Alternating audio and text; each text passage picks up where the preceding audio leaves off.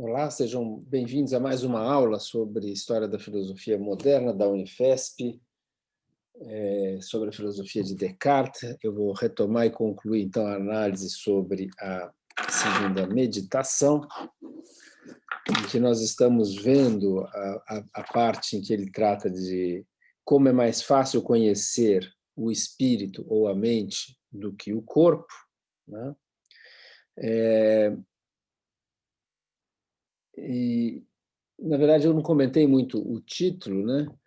Porque um pouco a ideia do Descartes, eu acho, não é apenas que é mais fácil conhecer o espírito do que o corpo, porque, num certo sentido, para conhecer o espírito de maneira clara e distinta, por oposição ao conhecimento que nós temos do corpo, é preciso muita filosofia, né?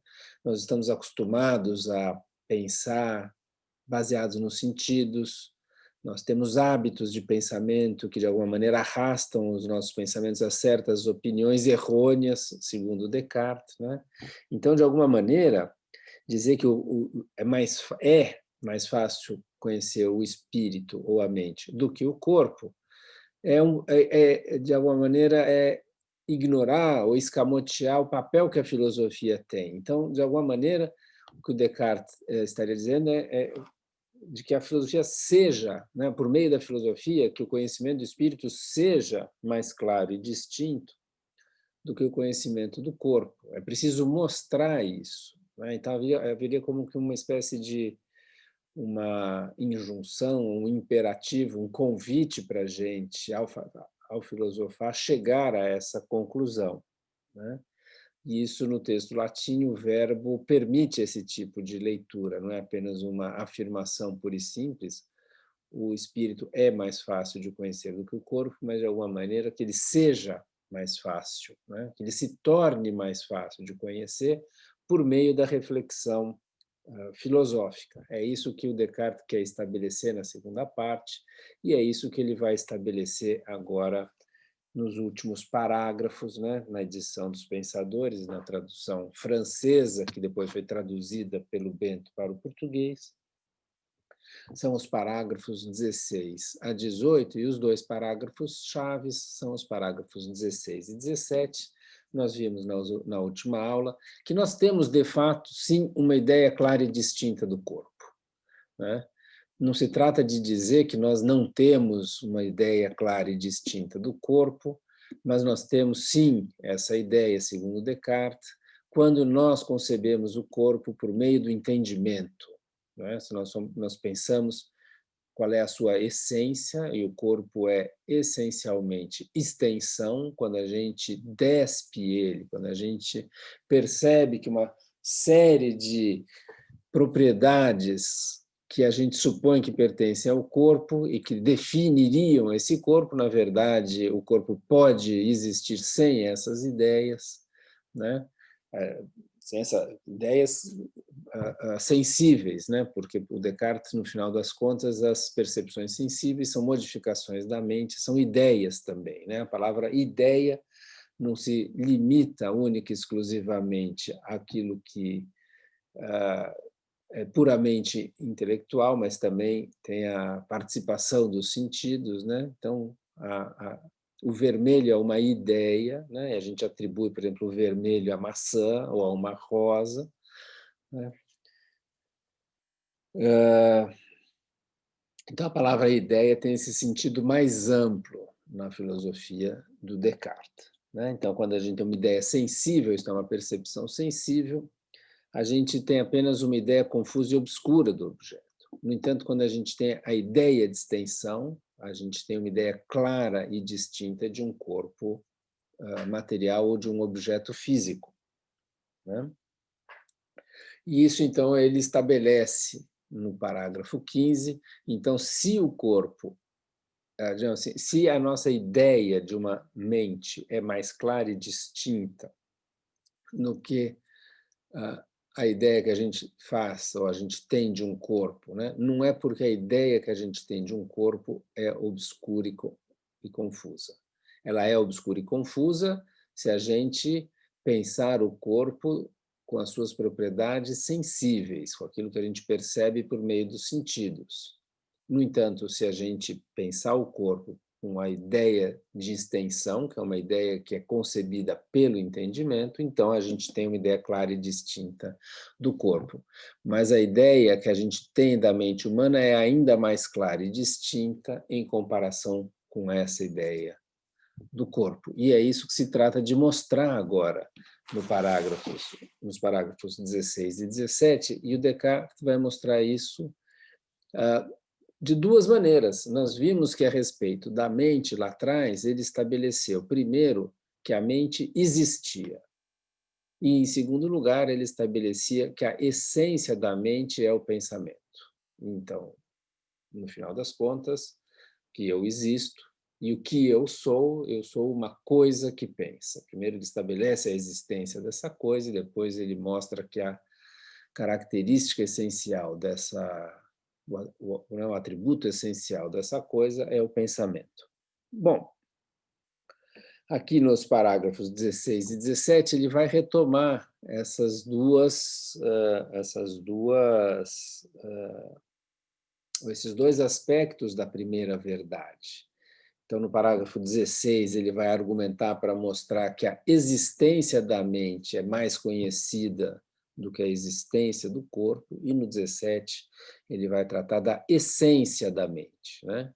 Que a gente conhece melhor a natureza da mente do que a gente conhece a natureza do corpo, né? Eu procurei mostrar lá atrás que esses dois tipos de conhecimento eram inseparáveis um do outro, que, na verdade, do ponto de vista cartesiano, se trata de uma única verdade, né? Que a verdade da proposição eu sou, eu existo, mas essa verdade é uma verdade complexa, que tem vários aspectos. Por exemplo, tem esses dois, né? Da existência e da essência, que reaparecem aqui nos parágrafos 16 e 17, né? E ao mostrar, então, que tanto a existência quanto a essência da mente são mais bem conhecidas do que a existência e a essência dos corpos, ele vai estabelecer, então, aquilo que nas notas dos pensadores será chamado de terceira verdade. Aqui eu já falei que não é muito fácil contar as verdades aqui. Eu acho que, no final das contas, se a gente quiser falar de uma verdade, o Descartes está estabelecendo uma segunda verdade. A primeira verdade é da proposição eu sou, eu existo, com suas várias verdades, né, os seus vários aspectos. E aqui haveria, então, a segunda verdade, porque essa meditação por Descartes tem duas partes, né? Bom, então vamos entender por que a existência da mente é mais bem conhecida do que a existência do corpo, né? Então ele começa falando assim, né? Colocando a questão de qual ele vai tratar, o que ele vai dizer desse espírito, isto é, de mim mesmo, pois até aqui não admiti em mim nada além de um espírito. Nós vimos que a única verdade diz respeito ao pensamento. Todas as outras propriedades ligadas ao ser humano foram eliminadas no processo de eliminação, né? Que declararei, digo, de mim que pareço conceber com tanta nitidez e distinção este pedaço de cera. Como eu acabei de comentar, ele de fato concebe com clareza e distinção quando o pedaço de cera é concebido pela ideia de extensão, né? Que é uma ideia do entendimento. Não me conheço a mim mesmo, não só com muito mais verdade e certeza, mas também com muito maior distinção e nitidez. Então, mais uma vez, enfatizando, né, aqui a gente tem, de um lado, o estabelecimento de verdades certas, absolutamente certas, mas, além disso, nós temos uma concepção das coisas que pode ser dita clara e distinta ou, ao contrário, confusa e obscura, né? Então, ele vai tentar mostrar agora, né, que essa ideia da mente humana, cuja verdade e certeza já foi estabelecida, ela também é ainda mais clara e distinta do que a nossa concepção do corpo, né? De algum corpo. E aí o Descartes, depois de levantar, então, a sua questão, essa de comparar, né, o conhecimento e a concepção que a gente tem da mente em relação à do corpo, Ele começa, pois, então vem a sua justificativa, né? Se julgo que a cera é ou existe pelo fato de eu haver, sem dúvida, segue-se bem mais evidentemente que eu próprio sou ou que existo pelo fato de eu haver. Então, o primeiro argumento está baseado na visão que a gente tem, numa percepção sensível que a gente tem da cera. Então, se eu acho que uma cera existe porque eu vejo a cera, eu tenho uma percepção da cera, de maneira bem mais evidente, então, o que se segue disso é que, então, eu existo, porque se alguém vê a cera, né, o próprio ato de ver estabelece a existência de uma mente que tem essa percepção sensível, que tem essa visão do pedaço de cera, né? Não poderia haver a percepção do pedaço de cera se não houvesse um percebedor, né? Uma pessoa que percebe, né? E agora se segue mais evidentemente, né? E segundo Descartes, bem mais evidentemente, quer dizer, dado uma percepção de alguma coisa, segue-se que quem percebe é mais evidente que existe alguém que percebe do que existe alguma coisa que é percebida. Esse é o ponto. E a gente volta para os nossos velhos argumentos conhecidos, né, sobre a dúvida da existência das coisas materiais, né? Pois pode acontecer, então agora ele vai explicar de novo, ele está explicando por que a gente tem uma ideia mais clara e distinta da mente do que a gente tem uma ideia clara e distinta do corpo, né? O primeiro argumento diz respeito à existência, né, de corpos e da minha mente. E com relação à existência, ele começa analisando pela percepção sensível, por exemplo, a partir da visão. Então, se eu digo, eu vejo um pedaço de cera, né, segue-se mais evidentemente que eu existo do que o pedaço de cera existe, porque pode acontecer que eu não tenha olhos, que eu esteja dormindo, né? Então, parece que eu vejo alguma coisa, mas essa coisa que eu vejo, de fato, não existe, ela é apenas sonhada, não é? Pode haver algum tipo de engano, não é? Então, pois pode acontecer que aquilo que eu vejo não seja de fato cera. Pode também dar-se que eu não tenha olhos para ver coisa alguma. Mas, e agora então uma adversativa vem do outro lado. Então, da proposição, digamos assim, né, ou da afirmação, eu vejo um pedaço de cera. Segue-se que a cera existe? Pode ser que exista, mas não é certo. Pode ser que não exista, né? Mas, de outro lado, não pode ocorrer quando vejo, ou coisa que não mais distingo, quando penso ver, então, quando se considera a percepção sensível como um ato do intelecto, do entendimento, e não como um ato da sensibilidade, né? Algo como do olho, né? Ele já não distingue mais, porque agora a ideia sensível, a percepção sensível, é uma modificação do pensamento, então é isso que ele não distingue mais, está lá no parágrafo 9. Então, quando eu penso ver, segue-se que eu, que penso, sou alguma coisa. Quer dizer, não pode ocorrer que eu, quando penso ver, não seja alguma coisa. Então, é a minha existência, o meu ser, né, enquanto ser que existe, que é indubitável, né? Então, num certo sentido, se vocês quiserem, ele está confirmando o primeiro aspecto da primeira verdade, a verdade, eu sou, eu existo no sentido da minha existência, né?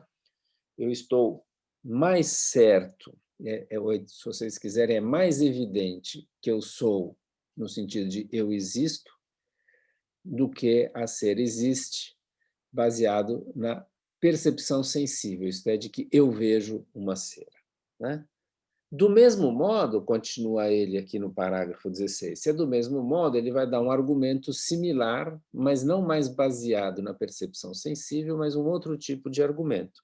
Do mesmo modo, se julgo que a ser existe, pelo fato de que a toco, seguir-se-á ainda a mesma coisa. Então, aqui já não é tanto do ver, mas é do julgar, né? A gente acabou de ver lá no parágrafos 14 e 15, que eu chamei de interlúdio sobre a linguagem, aquela distinção entre ver um homem e julgar e ver um homem, né?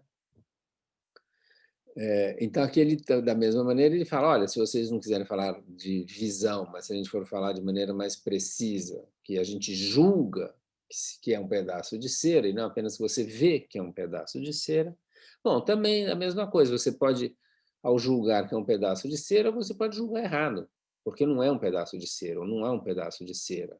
No entanto, há alguém que julga, e a existência de quem julga é mais evidente do que a existência do que é julgado, né? Então, segundo argumento, do mesmo modo, se julgo que a cera existe, pelo fato de que a toco, seguir-se-á ainda a mesma coisa, ou seja, que eu sou, e se o julgo... e aí vem um terceiro tipo de argumento, que é agora não mais dizendo respeito à sensação, seja no sentido de ver ou de julgar, né, aquilo que é sentido. Agora ele passa para a imaginação, como sempre, né, essa dobradinha, sentidos e imaginação vão juntos. Ele fala, e se o julgo porque minha imaginação disso me persuade, ou por qualquer outra causa que seja, concluirei sempre a mesma coisa. Do mesmo modo, então, né? Essa ideia da imaginação, né? Recolher, né? Como uma espécie de senso comum que junta as diferentes percepções apresentadas pelos diferentes sentidos num único objeto. Então, se esse julgamento vem da imaginação, né? Ou seja lá exatamente como isso ocorre, mas de qualquer maneira ele vai sempre concluir a mesma coisa. E o que é concluir a mesma coisa? Pode ser que eu apenas imagine que o objeto exista e, no entanto, é mais evidente que eu que imagino alguma coisa tenha de existir, né? E aí ele generaliza, quer dizer, isso que vale para o pedaço de cera vale para todos os objetos, não há nenhum problema. Então, por meio dessa análise, então, da percepção sensível de ver ou depois de julgar, né? Se o julgamento seja exatamente do sentido ou da imaginação, sempre se segue que a minha existência está mais evidentemente bem estabelecida do que a existência do corpo, né? E ele termina aqui dizendo, né, uma coisa que acho que eu já comentei um pouco, mas vou comentar de novo. Ele fala assim, e o que notei aqui a respeito da cera pode aplicar-se a todas as outras coisas que me são exteriores e que se encontram fora de mim, né? Se eu sou apenas um espírito, ou se nesse momento eu apenas posso me considerar como sendo um espírito ou nada além de um espírito ou de uma mente, né?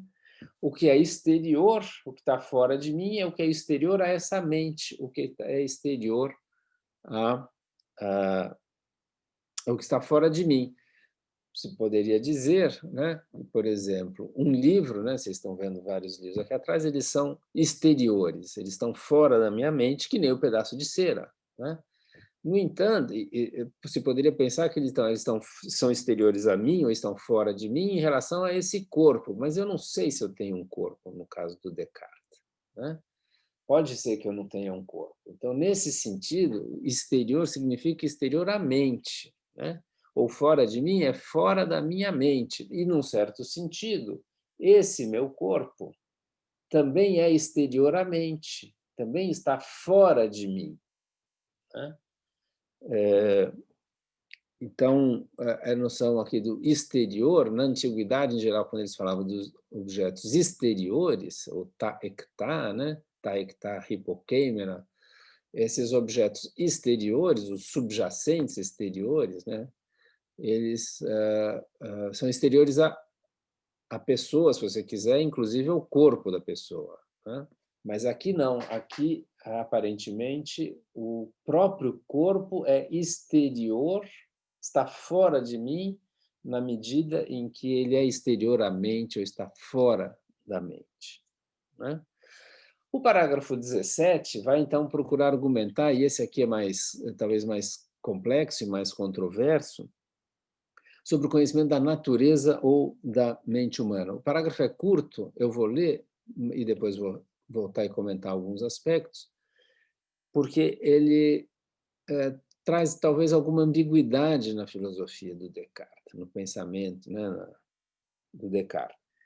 Diz assim, eu leio: ora, se a noção ou conhecimento da cera parece ser mais nítido e mais distinto após ter sido descoberto, não somente pela visão ou pelo tato, mas ainda por muitas outras causas, com quão maior evidência, distinção e nitidez não deverei eu conhecer-me, posto que todas as razões que servem para conhecer e conceber a natureza da cera ou qualquer outro corpo provam muito mais fácil e evidentemente a natureza do meu espírito. E encontram-se ainda tantas outras coisas no espírito que podem contribuir ao esclarecimento de sua natureza, que aquelas que dependem do corpo, como esta, não merecem quase ser enumeradas, né? Então, está muito claro que agora se trata da natureza do espírito da mente em comparação com a natureza do corpo, né? Então, eu conheço com maior evidência, distinção e nitidez a natureza do espírito em relação ao meu conhecimento da natureza do corpo. Por quê? Eu acho que ele tem dois argumentos aqui, né? Vejam que, por exemplo, depois dele fazer essa pergunta, ele começa em e encontram-se ainda tantas outras coisas. Aqui, então, quando tem um e, é o argumento adicional, é um segundo argumento, né? Então, vamos tentar entender quais são esses dois argumentos aqui, né? Em primeiro lugar, ele diz que a gente parece conhecer, né, ou que a gente conhece a natureza do corpo ao descobrir, não somente pela visão ou pelo tato, mas por outras causas. Ele deixa, como ele diz, indeterminado quais seriam essas outras causas. Mas, então, o que a gente conhece? Por exemplo, se eu vou conhecer a natureza do pedaço de cera, eu conheço pela visão ou pelo tato. Por exemplo, o pedaço de cera ele é bege, ele tem um gosto adocicado, ele é doce, ele tem um certo cheiro, tá certo? Então, eu bato, tem um som. Então, eu posso conhecer várias coisas a respeito da natureza, se vocês quiserem, do pedaço de cera. Mas também por outras causas, porque a gente viu que não, propriamente essas qualidades do corpo que a gente percebe por meio dos sentidos, elas são como que roupas, né? E a gente tem também uma ideia de extensão, flexibilidade, mutabilidade, que essas são as ideias, sobretudo a de extensão, né, que caracterizam o corpo tal como ele é. Mas, de qualquer maneira, a impressão que a gente tem é que aqui a gente está contando quantas propriedades um corpo tem.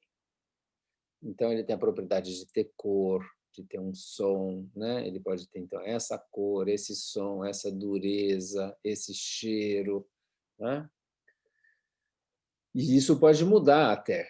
A gente aquece o pedaço de cera, passa a ter outras propriedades, né? E aí ele diz, mas se a gente conhece, então, de maneira nítida e clara, né, ou distinta, um corpo por essas propriedades sensíveis e também por essa ideia de extensão, com quão maior evidência, distinção e nitidez não deverei eu conhecer-me? Posto que, então agora vem aqui vem a razão, né? Vem o argumento para dizer da superioridade do conhecimento da mente em relação ao conhecimento do corpo. Posto que todas as razões que servem para conhecer e conceber a natureza da cera ou qualquer outro corpo provam muito mais fácil e evidentemente a natureza do meu espírito. Então, de novo, todas as razões que servem. Então, todos os meus conhecimentos sensíveis sobre o corpo servem para eu conhecer a, a natureza do espírito. Por exemplo, eu percebo, né, uma maçã vermelha, um livro azul, a árvore, né, as folhas da árvore são verdes, o sol é amarelo, a nuvem é branca, o céu é azul, e por aí vai. Então, o que que eu percebo? Que é da natureza dos corpos, por exemplo, que eles possam ter cores, digamos, né? Que os corpos possam ser frios ou quentes, porque eu percebo que, sei lá, o leite está quente e a água está fria, e assim vai. Bom, isso me permite, então, também conhecer a natureza do meu espírito. Por quê? Porque eu sei que o meu espírito é capaz de ter percepção de cores. Eu sei que o meu espírito é capaz de ter percepções da temperatura dos objetos. Eu sei que o meu espírito é capaz de ter ideias sonoras, porque agora essas ideias, as percepções sensíveis, são ideias do espírito. Então, para cada qualidade que eu posso atribuir aos corpos, eu também posso atribuir uma propriedade, uma qualidade ao espírito. Então, se eu atribuo cor aos objetos, eu tenho que atribuir também, e de maneira mais fácil e evidentemente, ao meu espírito. O meu espírito é capaz de perceber o vermelho, de perceber o azul, de perceber o branco, de ter a sensação do frio, do quente, do áspero, do liso, né, do doce, do amargo. Para cada coisa que eu sou capaz de perceber num objeto, e, portanto, de alguma maneira, o objeto, na natureza do objeto, ele poderia ter essas propriedades, eu posso atribuir essa capacidade também ao espírito, né? Então, para cada modificação que um objeto pode ter, eu tenho que atribuir também ao meu espírito uma certa natureza, que é a capacidade de se modificar para receber aquela ideia, né? Então, por isso que eu falo assim, todas as razões aqui parecem indicar uma questão quantitativa, né? E, além, então, do meu espírito ser capaz de ter todas essas modificações sensíveis, né? Ele fala assim, o Descartes, e encontram-se ainda tantas outras, então, mais uma vez, tantas outras sugere uma ideia de quantidade, né? E encontram-se ainda tantas outras coisas no próprio espírito que podem contribuir ao esclarecimento de sua natureza, que aquelas que dependem do corpo, como esta, não merecem quase ser enumeradas. Isso é, aquelas que dependem do corpo, sobretudo aquelas que dependem dos sentidos, que é o primeiro argumento aqui, né? Quando ele fala de descobrir coisas pela visão ou pelo tato. Pela visão depende do olho, né? Pelo tato depende da pele, né? Mas, além disso, o ser humano é capaz de ter muitas outras modificações, né? As percepções sensíveis são apenas um tipo de modificação. Se vocês voltarem lá no parágrafo 9, o Descartes enumera um monte de coisa. Ele fala assim, né, quando ele pergunta o que, que eu sou, uma coisa que pensa, que é uma coisa que pensa, é uma coisa que duvida, que concebe, que afirma, que nega, que quer, que não quer, que imagina também e que sente. Veja, o que sente é só a última. Antes disso, ele enumerou que duvida, que concebe, que afirma, que nega, que quer, que não quer, né? Então, há muitas outras coisas na natureza do espírito que parecem que não dependem do corpo. Querer ou não querer, afirmar ou negar, né? Pensar, né? Coisas. Tudo isso são modificações do espírito, são coisas que se encontram no espírito e que não dependem do corpo, segundo Descartes. E que também a gente conhece, então, qual é a natureza do nosso espírito. Bom, além de todas as modificações sensíveis que o espírito é capaz de ter, há inúmeras outras que a gente pode atribuir ao espírito, e a gente, com relação ao corpo, não é capaz de atribuir outras coisas a não ser além daquelas que a gente percebe pelos sentidos. Então, em termos numéricos, ou até de numéricos, ou de tipo de coisas que a gente atribui, a gente pode atribuir muito mais coisas ao espírito. Então, nós vamos conhecer melhor a natureza, de maneira mais clara e distinta, a natureza da mente, do que a gente conhece a natureza do corpo, por uma questão até quantitativa. No primeiro caso, o primeiro argumento é para cada coisa que eu posso atribuir ao corpo, eu também posso atribuir à mente. E, além disso, eu posso atribuir à mente muitas outras coisas que não dependem do corpo e, portanto, então, eu conheço melhor a natureza, ou de maneira mais clara e distinta, a natureza da mente do que a natureza do corpo. Ora, por que eu falo que aqui tem uma certa ambiguidade? Porque quando a gente viu lá na segunda meditação, como é que eu me conheço a mim mesmo, como eu conheço a minha existência, como eu conheço a minha essência, isso foi por meio de um ato do entendimento, né? É uma espécie de intuição intelectual em que a mente se apreende a si mesma, seja lá exatamente o que isso quer dizer. Então, e eu tenho uma ideia clara e distinta do pensamento, que é uma ideia mais clara e mais distinta do que a ideia de extensão que eu tenho do corpo. E é isso que ele está mostrando aqui, né? No entanto, parece que quando eu tenho uma ideia clara e distinta do corpo, por exemplo, como uma extensão, e isso é o que eu estou falando aqui reproduz muito o que o Malebranche dizia, né, a respeito, como sua própria filosofia, mas no fundo interpretando e atribuindo algumas coisas ao Descartes, né? Eu sei que um corpo é capaz de infinitas modificações. Veja, só a própria ideia de triângulo implica uma infinidade de triângulos. Existem infinitos tipos de triângulo, existem infinitos tipos de forma, das quais o triângulo é apenas uma das formas possíveis. Então, a ideia de quantificação não parece tão relevante quando a gente conhece a natureza do corpo, porque as propriedades do corpo são infinitas, né? As modificações que o corpo pode sofrer são infinitas, né?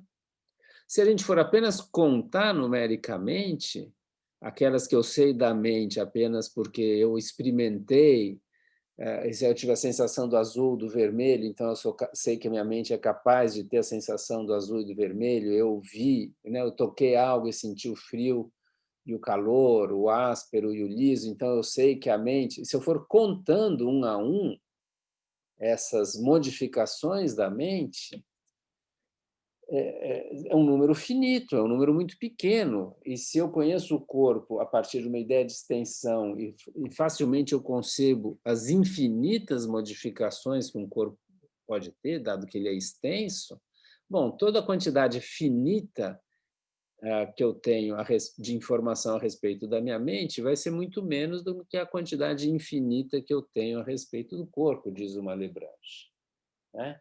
Então, aqui, o que é curioso é isso, que lá atrás parecia que o Descartes estava nos oferecendo certas ideias, a ideia da extensão para o corpo, né? Mas, em particular, a ideia da mente, como uma intuição, dando uma essência que não dependeria dessa quantificação, dessas experiências, né? É como se por meio de certas experiências que eu ficaria conhecendo a natureza do meu corpo, desculpa, a natureza da minha mente, né? Então é preciso que eu experimente as cores e veja várias cores para saber que a natureza da mente admite ter essas percepções sensíveis do azul, do vermelho, do amarelo, etc. Tal.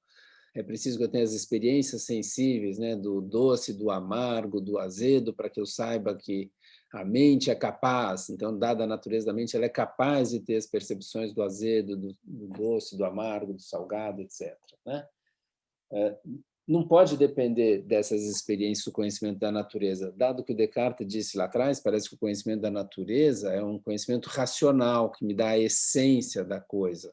Então, se eu conheço a essência da minha mente como puro pensamento, se eu tenho uma ideia clara e distinta dela, eu deveria, apenas pela consideração da minha essência, né, como puro pensamento, eu deveria ser capaz de conhecer todas as possíveis modificações do meu pensamento, né? Aqui, como eu já falei, estou reproduzindo um pouco a filosofia do Malebranche, mas ela é interessante para a gente problematizar o entendimento do Descartes, porque como é que eu conheço a natureza da minha mente?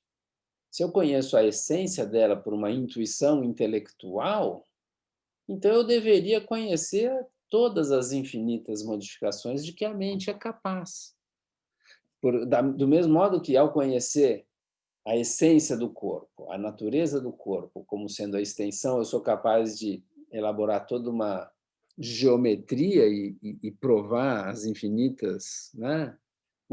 Conhecer as infinitas modificações e etc. e tal, deveria ter algo análogo na mente, se a minha ideia é mais clara e mais distinta, como diz o Descartes.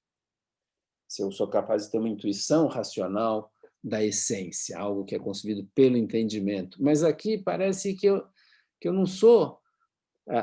O conhecimento da natureza não é tanto um conhecimento do entendimento, parece que depende da experiência, né?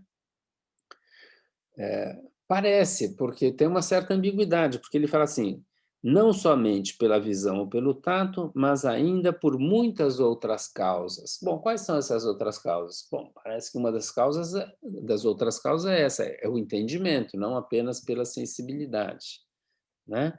Mas seria importante se o Descartes tivesse esclarecido quais são essas outras causas, né?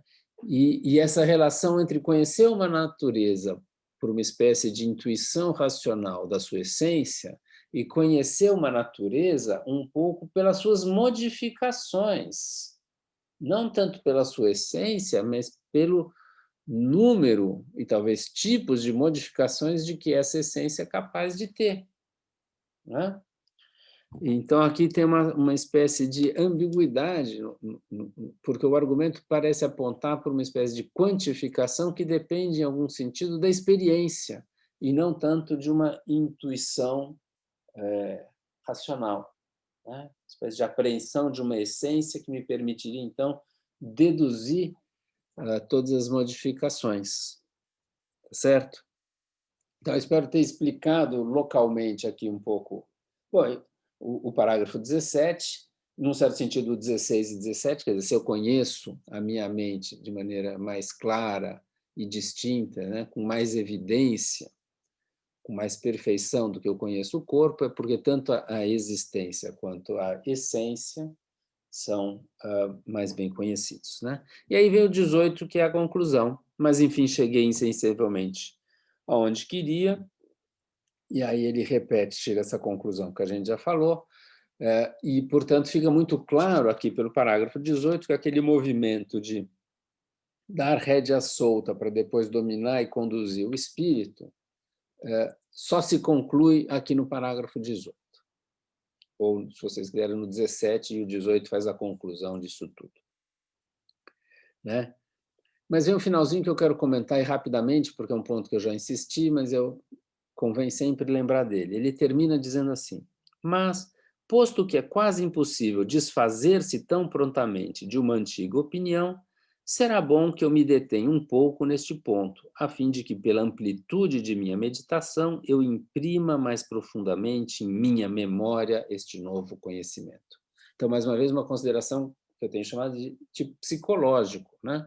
Estabeleci a verdade de que eu sou e eu existo, tem vários aspectos, a minha existência, a minha essência, as modificações da minha essência, então parágrafos 4, 7 e 9.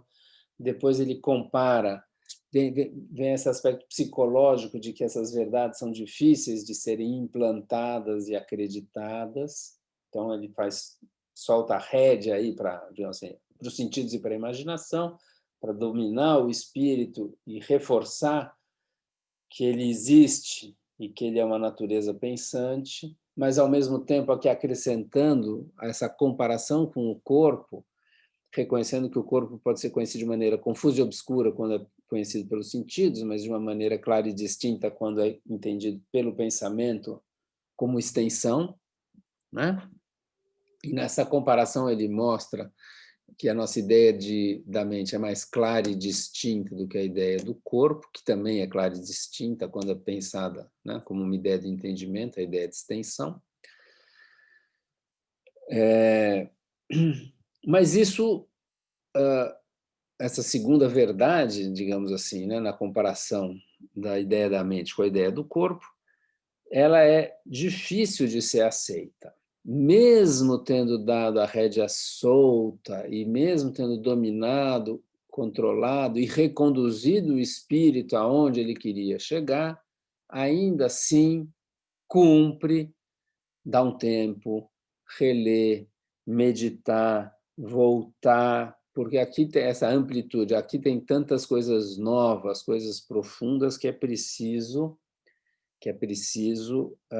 imprimir na memória o conhecimento. Quer dizer, está demonstrado para ele. Isso é um conhecimento do ponto de vista racional, a questão está liquidada, a fatura está liquidada. A questão é saber como é que isso vai reverter para um ser humano que não é pura racionalidade. Até aqui ele só pode dizer que ele é pensamento, mas no final das contas a gente sabe que o ser humano não é só isso, né? Isso é a única coisa que a gente pode conhecer e afirmar até aqui. Mas, de qualquer maneira, então, é preciso que ele se lembre que isso, de alguma maneira, possa ser usado depois sem que ele precise ficar repassando o tempo todo essas provas, né? Por exemplo, a gente sabe que a soma dos ângulos internos de um triângulo é igual a dois ângulos retos, e a gente esqueceu qual é a prova. No entanto, a gente sabe disso. Então, tem um momento em que você prova, e depois você tem que memorizar isso para poder usar esse conhecimento em outras ocasiões, né? Então, de alguma maneira, é isso, para que eu possa substituir a minha antiga opinião por essa nova, porque eu achava que era mais fácil conhecer o corpo do que conhecer a mente. Eu achava que o conhecimento do corpo era mais claro e distinto do que o conhecimento da mente. A mente do ser humano é meio esquisita, é difícil, né?